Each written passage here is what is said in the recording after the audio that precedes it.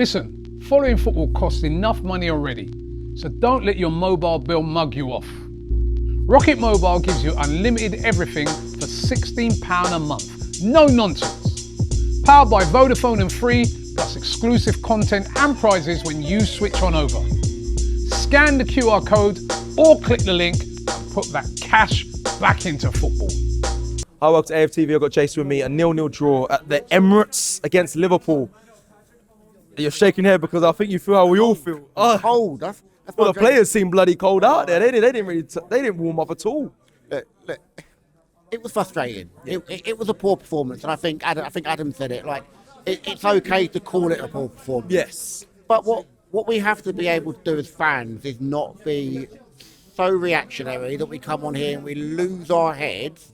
Yesterday showed us exactly what this league is like. I don't think anyone, if you looked or was to do a prediction, and someone said if you get 2 of these results right, I'll give you £1 million. I don't think anyone would have picked any of those right, and that shows you that that shows you the level of the league and how any single side can go in and just and create an upset, and we just saw upset after upset after upset. Do you agree with the statement that they said earlier, it's a poor league this season? Because I feel like if everyone's losing or drawing, it shows the quality of the Premier League, surely, no? Everyone said the same. They said the same. Liverpool. Said the same last year, really. I don't know if it's that it's a poor league. I think it's that it's a side that I think the balance is. So if you take the side from say 14th, 15th, and then the side from 4th or 5th, you on any day you couldn't really, if you did the last man stand. I'd been the last man stand. That killed everyone yesterday. Absolutely killed everyone yesterday. So, it's poor. It's frustrating. What I find frustrating as a fan, though, is when I come on here and it doesn't matter whether we beat Villa 4-1 or we draw 0-0 and the same people are saying exactly the same things. There's no balance to it. It's just I'm going to come in and I'm just going to say this stuff, and it doesn't matter whether we win 4-0, whether we win 5-0, whether we draw 0-0, whether they want to stick to their narrative. Yeah, and that's frustrating because I get what people are trying to say. I get the argument that people are trying to make.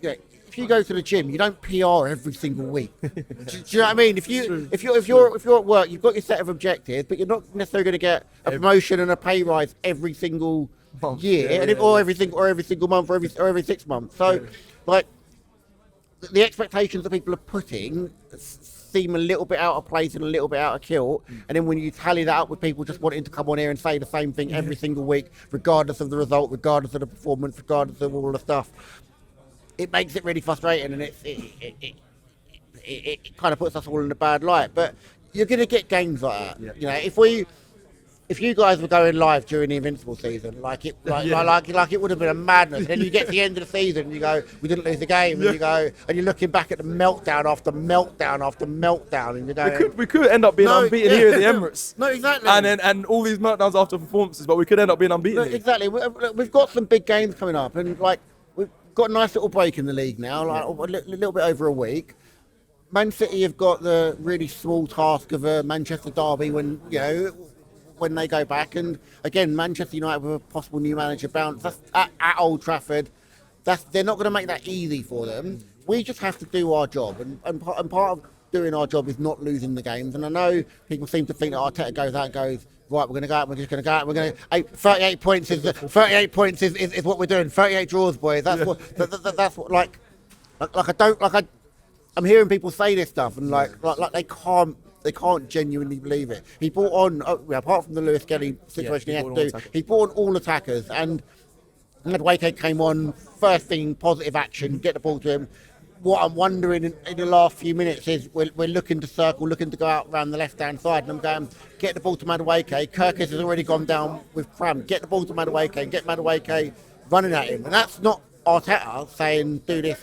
Like the players have to take a little bit of responsibility. Liverpool came out, they went man for man in midfield at the start of the game.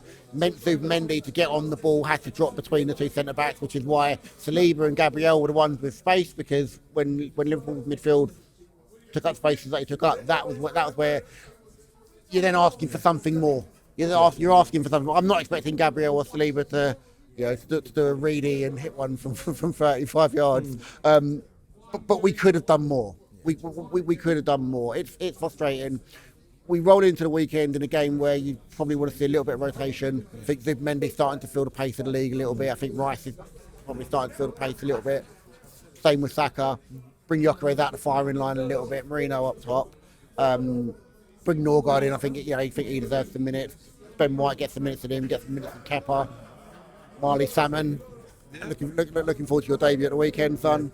And a nice little breather. A couple of days off, and then we go into the Chelsea game, and we hopefully look to bounce back and really put in a strong performance, because we weren't at it today. Let's hope we crack on, man, and carry on. Cheers, Jason.